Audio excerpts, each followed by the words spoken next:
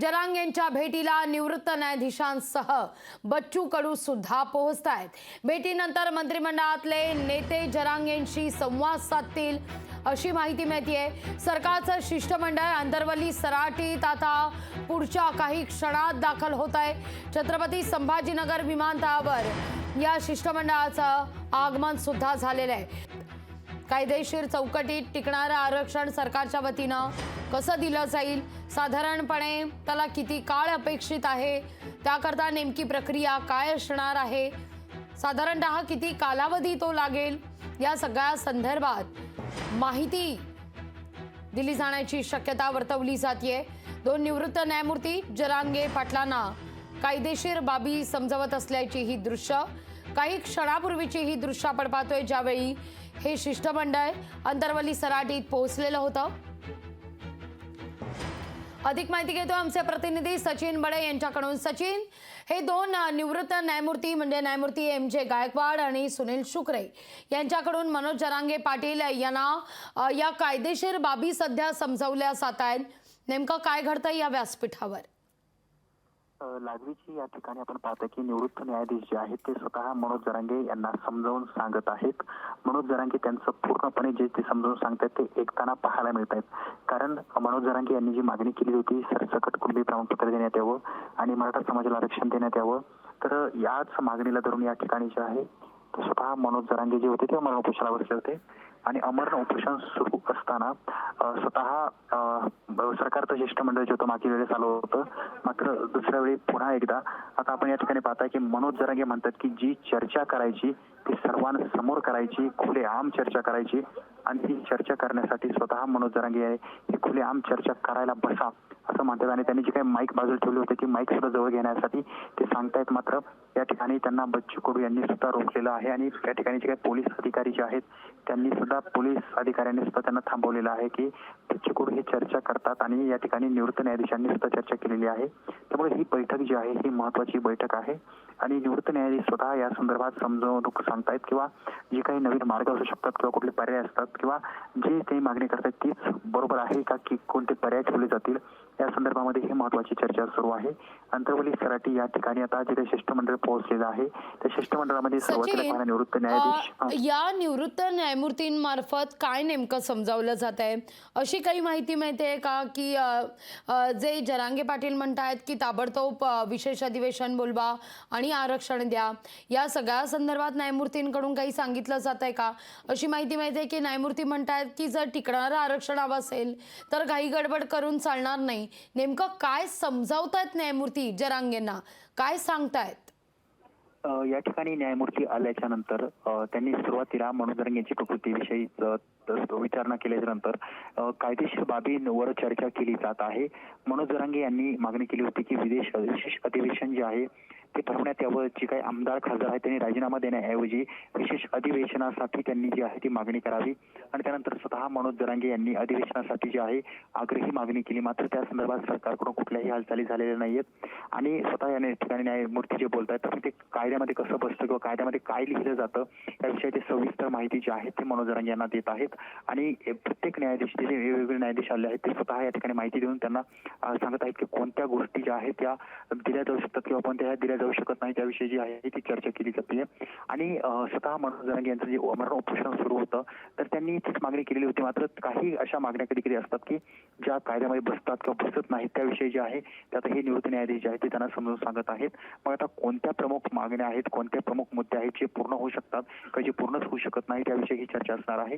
आणि यानंतर आता पुढे काय पाऊल उचलले जातात ते पाहणं महत्वाचं आहे किंवा कोणता निर्णय घेण्यात आला त्या निर्णयासंदर्भामध्ये काही पुढची दिशा असेल किंवा त्या संदर्भात काही प्रमुख भूमिका असेल त्या विषयावर ही चर्चा असेल का हा सुद्धा आता प्रश्न उपस्थित केला जातो। कारण या ठिकाणी आपण पाहता की काही कागदपत्रे जे आहेत ते हातामध्ये घेतलेली आहेत आणि ते स्वतः मनोज जरांगे यांना दाखवली जात आहेत आणि स्वतः जे निवृत्त न्यायाधीश आहेत ते सुद्धा त्यांना या ठिकाणी ते सांगतात की काय कोणती कागदपत्र आहेत, कागदपत्रामध्ये काय लिहिलेलं आहे आणि यानुसार कोणते नियम आणि कोणत्या अटी आहेत ते सुद्धा समजून सांगितलं जातात। त्यामुळे मनोज जरांगे आता हे बारकाईने पाहत आहे. सचिन, आणि घाई गडबडीत कोणताही निर्णय नको असं निवृत्त न्यायमूर्तींचं म्हणणं आहे. दुसरा सगळ्यात महत्वाचा उल्लेख न्यायमूर्तींकडून केला जातोय निवृत्त न्यायमूर्तींकडून, तो असा आहे की कोर्टात घाईत घेतलेले निर्णय टिकत नाहीत. त्यामुळे मराठ्यांना नक्की आरक्षण मिळेल, पण घाई गडबड नको असं समजावलेलं आहे निवृत्त न्यायमूर्तींकडून. जरांगे पाटलांना अशी माहिती मिळतीये.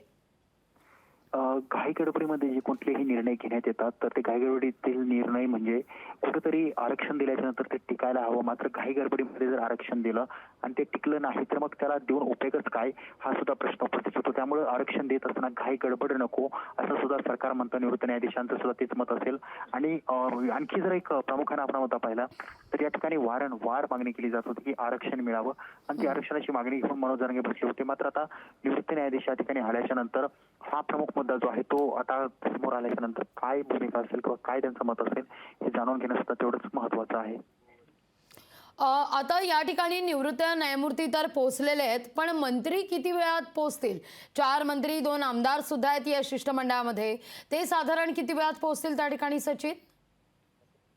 सुरुवातीला या ठिकाणी निवृत्त न्यायाधीशांसोबत ही मनोज जरांगे यांची बैठक आहे. ही बैठक सुरू झालेली आहे आणि या बैठकीमध्ये या ठिकाणी अजूनही पाहायला मिळते की अजूनही मनोज जरांगे हे आपल्या मागणीवर अडून बसल्याचं पाहायला मिळते आणि ते निवृत्त न्यायाधीशांना सुद्धा आणि या ठिकाणी मनोज जरांगे हे जे आहे ते स्वतः बच्चू कडू यांना समजून सांगत आहेत आणि कोणत्या मागण्या आणि कशा प्रकारे काय केल्या होत्या, त्या प्रकारे कुठले कुठले मुद्दे जे होते ते सुद्धा या ठिकाणी मनोज जरांगे हे त्यांना समजून सांगतात. मात्र निवृत्त न्यायाधीश जे आहेत त्यांची समजूत काढण्याचा प्रयत्न करतात. या ठिकाणी दृश्यातून जर आपण पाहिलं तर निवृत्त न्यायमूर्ती काहीतरी समजावू पाहतायत मनोज जरांगे पाटलांना आणि मनोज जरांगे पाटील त्यावर काही प्रतिसवाल करताना दिसत आहेत आणि बच्चू कडूंकडे पाहून काही उत्तर मागण्याचा सुद्धा प्रयत्न करतायत. नेमकं काय आहे, काय विचारणा मनोज जरांगे पाटलांकडून सुद्धा होतीये? मनोज जरांगे पाटील यांनी कुणबीमधून आरक्षण मिळावं ही मागणी केलेली होती आणि कुणबी जे आहे कुणबीचे पुरावे सुद्धा मनोज जरांगे यांनी काही दिवसांपासून जे होते ते दिलेले होते. कुणबी प्रमाणपत्राचे पुरावे जे आहेत हे खूप वर्षांपासून असताना सुद्धा मग तुम्ही समाजाला कुणबी का म्हणत नाहीत हाच त्यांचा प्रामुख्याने मुद्दा आहे.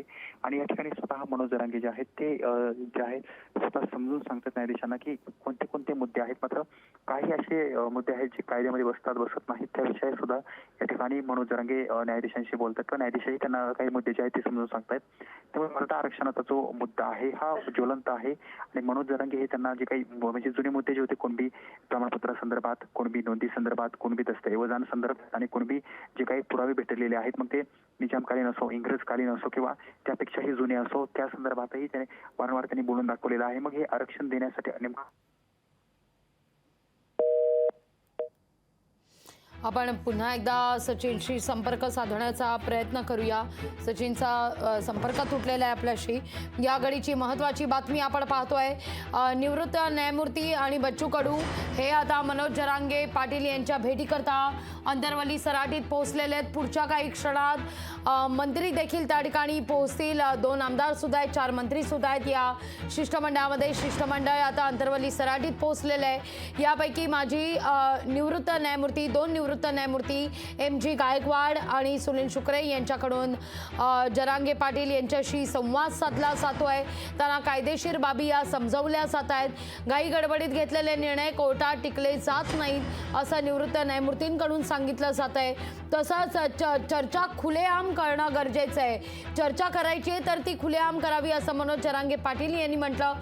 पण बच्चू कडूंनी त्यांना समजावण्याचा प्रयत्न केला आणि पुन्हा एकदा चर्चेला सुरुवात झाली. निवृत्त न्यायमूर्ती आणि मनोज जरांगे पाटलांमध्ये 1-2 दिवसात कोणतंही आरक्षण मिळत नाही आणि मिळालंच तर ते टिकत नाही असं माजी न्यायमूर्तींकडून देखील मनोज जरांगे पाटलांना समजवलं जात आहे. कोर्टात घाईघाई घेतलेले निर्णय हे टिकत नसतात. त्यामुळे वेळ द्यावा लागेल या सगळ्या प्रक्रियेला आणि मराठ्यांना निश्चितच आरक्षण मिळेल असा विश्वास माजी निवृत्त न्यायमूर्तींकडून देखील मनोज जरांगे पाटलांना दिला जातोय.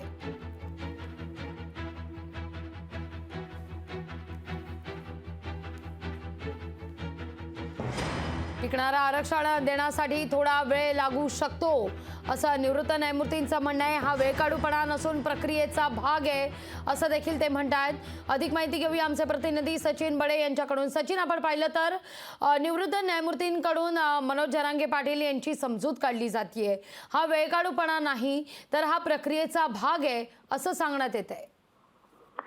निवृत्त न्यायाधीश हे स्वतः या ठिकाणी जेव्हा मनोज जरांगे यांच्याकडे आलेले आहेत तर मुद्दे समजून सांगत असताना मनोज जरांगे हे सुद्धा त्यांना काही मुद्दे जे आहेत ते समजून सांगतायत. कारण मराठा आरक्षण जो प्रश्न आहे तो मुद्दा जो आहे त्यांनी धरलाय की सुरुवात जी मुद्द्याची केलेली होती की मराठवाड्यातील मराठा समाजाला जे आहे ते सरसकट कुणबी प्रमाणपत्र देण्यात यावं.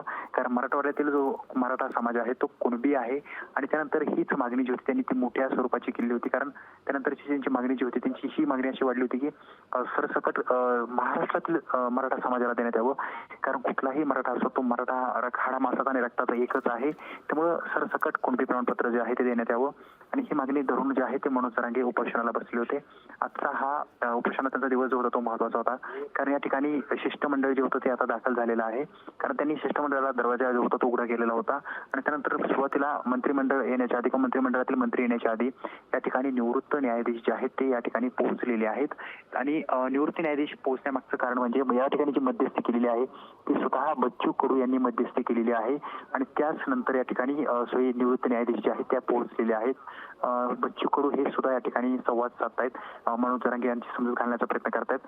मात्र निवृत्त न्यायाधीश जेव्हा बोलत असताना मनोज जरांगे आपले काही मुद्दे जे आहेत ते या ठिकाणी मांडत आहेत. बच्चू कडू यांच्या खिशामधून एक चिठ्ठी सुद्धा बच्चू कडू यांनी काढलेली आहे आणि बच्चू कडू हे स्वतः ती चिठ्ठी जी आहे त्याकडे पाहत ते बोलत आहेत. मात्र त्यांनी एक या ठिकाणी हास्य देखील केलेलं आहे आणि हातामधील चिठ्ठी जी आहे ती सुद्धा महत्वाची आहे. काय मुद्दे आणलेले आहेत का त्या चिठ्ठीमध्ये का दुसरं काही आहे हा प्रश्न या ठिकाणी उपस्थित केला जातो. मात्र जी चिठ्ठी आहे या ठिकाणी बच्चू कडू यांच्या खिशातून निघालेली ती चिठ्ठीमध्ये काय लिहिलेलं आहे हे सुद्धा पाहणं आता महत्वाचं आहे. कारण काही दिवसांपूर्वी मागच्या बैठकीमध्ये किंवा मागं ज्या पद्धतीने रावसाहेब दानवे हे आलेले होते त्यांच्या सुद्धा खिशामध्ये एक चिठ्ठी होती आणि ते सुद्धा चिठ्ठीमध्ये त्यांना सुद्धा प्रश्न विचारला गेला होता की चिठ्ठीमध्ये काय आहे. तर रावसाहेब दानवे म्हणाले होते की त्या चिठ्ठीमध्ये कॉन्टॅक्ट नंबर आहेत आणि कॉन्टॅक्ट नंबरसाठी मी जो होता तो या ठिकाणी जो होता तो त्यांच्याकडून संपूर्ण लेखा घेतलेला होता. मात्र या ठिकाणी जर पाहिलं तर त्या चिठ्ठीमध्ये काय आहे हे अजूनही स्पष्ट झालेलं नाहीये जुन्या चिठ्ठीमध्ये. आणि त्यानंतर आता ही जी चिठ्ठी आहे बच्चू कडू यांनी सुद्धा ही चिठ्ठी काढलेली आहे. त्यामुळे आता ही चिठ्ठीमध्ये काय आहे आता हा सुद्धा प्रश्न जो आहे तो आता उपस्थित केला जातोय. अगदी आपण पाहतोय की पुढच्या काही क्षणात सचिन त्या ठिकाणी मंत्री आणि 2 आमदार सुद्धा पोहोचतील. ते देखील शिष्टमंडळ या ठिकाणी पोहोचणार आहे. मराठ्यांना नक्कीच आरक्षण दिलं जाईल असं निवृत्त न्यायमूर्तींकडून सांगितलं जातंय. मुळात वारंवार मनोज जरांगे पाटलांकडून जो काही मुद्दा उपस्थित करण्यात येत होता की हा वेळकाढूपणा आहे, मुळात सरकारला आरक्षणच द्यायचं नाही आहे, वेळकाढूपणा आहे, वेळ वाढवून वेळ मारू नका असं जरांगे पाटील म्हणालेले होते. त्यावर आता निवृत्त न्यायमूर्तींकडून खुलासा करण्यात येतोय की हा वेळकाढूपणा नाहीये तर हा प्रक्रियेचा सगळा भाग आहे असं त्यांचं म्हणणं आहे. आणि हा प्रक्रियेचा भाग कसा समजावून सांगण्यात आलेला आहे जरांगेंना आणि जरांगे पाटलांचं काय म्हणणं आहे त्यावर?